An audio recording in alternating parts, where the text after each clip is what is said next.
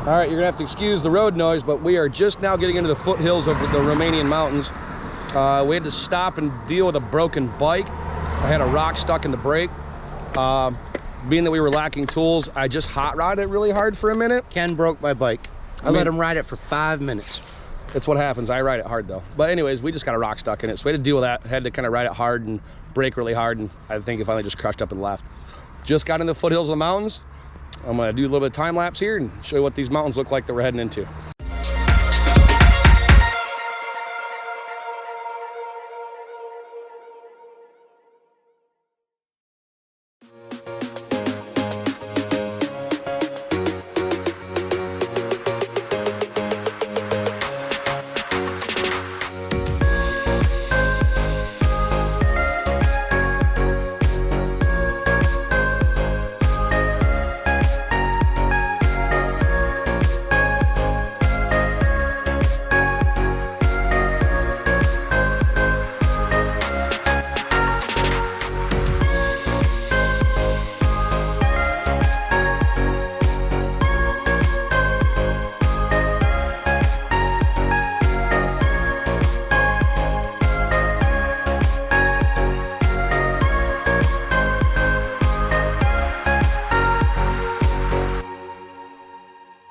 So we've been cruising through the countryside of Romania.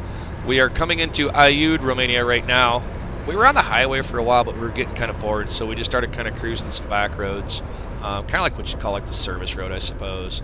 So our goal here in Aiud is we're just going to find something to eat real quick, top off our tanks, and keep heading towards the mountains. But my brother sees this castle up ahead. We're not sure what's going on, but we figured we might as well just go check it out. Turns out it was kind of neat.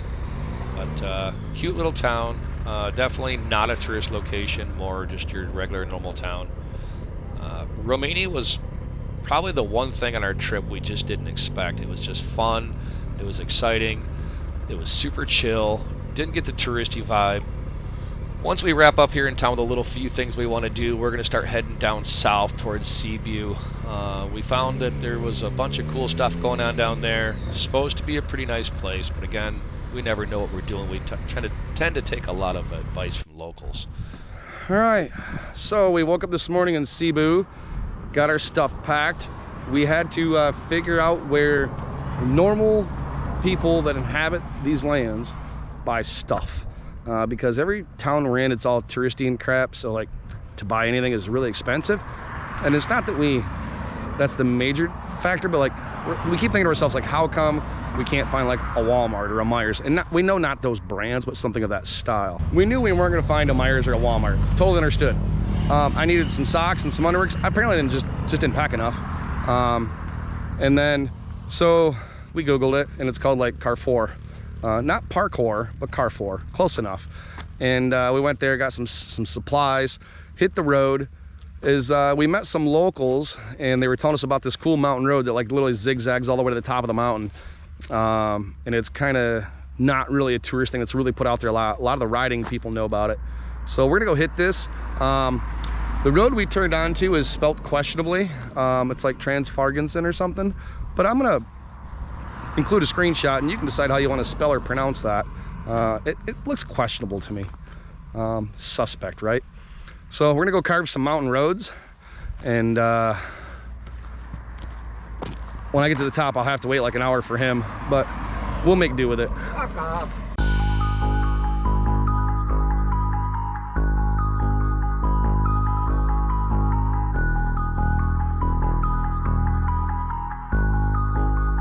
As we're working our way up this road here, the traffic was just slightly overwhelming, because with the traffic it made it really hard to pass and to really make any way and to really actually enjoy the road on a bike the way you can with a bike if you know how to ride. We got passed by this big group of bikes. They obviously want to run a much faster pace than what we could because of traffic. Very shortly after riding with these folks, we realized they are just lane splitting all the way up the mountain, passing everybody. If you live in America, you're going to think that it was exceptionally reckless, because we did. But it worked really well. It was super safe and super fun. The way it kind of works in Europe, if you're on a motorcycle and you want to go faster than somebody else, the people in the same lane as you move to the right, the oncoming traffic moves to their right, pretty much opens up almost a middle lane. So the bikes pretty much you get to just cruise on up with really no major danger. Of course, there's always danger inherent, but nothing noteworthy.